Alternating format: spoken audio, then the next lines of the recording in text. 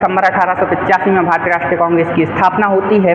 तत्कालीन viceroy students Lord Dufferin रहते हैं। अगर हम बात करें 1885 में, तो 1885 में स्टूडेंट्स लॉर्ड डफरिन भारत के वायसराय होते हैं और ये ए.ओ.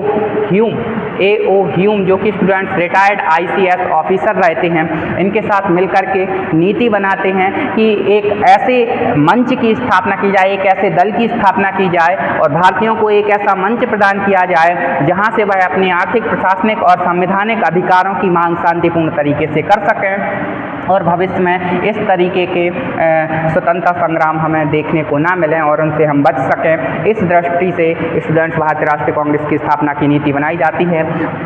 भारतीय राष्ट्रीय कांग्रेस की स्थापना की हम बात करें स्टूडेंट्स, तो 28 दिसंबर 1885 में एक स्टूडेंट्स 28 दिसंबर 1885 में एक मीटिंग बुलाई जाती है और इसी मीटिंग में स्टूडेंट्स भारतीय राष्ट्रीय कांग्रेस की स्थापना की जाती है।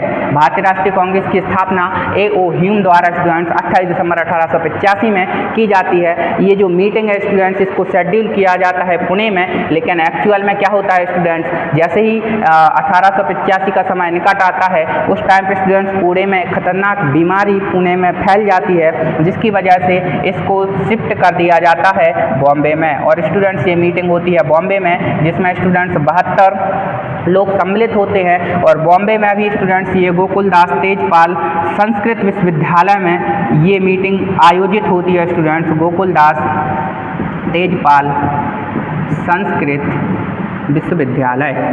तो स्टूडेंट्स कांग्रेस का जो प्रथम अधिवेशन है वो प्रथम अधिवेशन बुलाया जाता है 1885 ईस्वी में और 1885 ईस्वी में गोकुलदास तेजपाल संस्कृत विश्वविद्यालय में स्टूडेंट्स कांग्रेस की स्थापना की जाती है।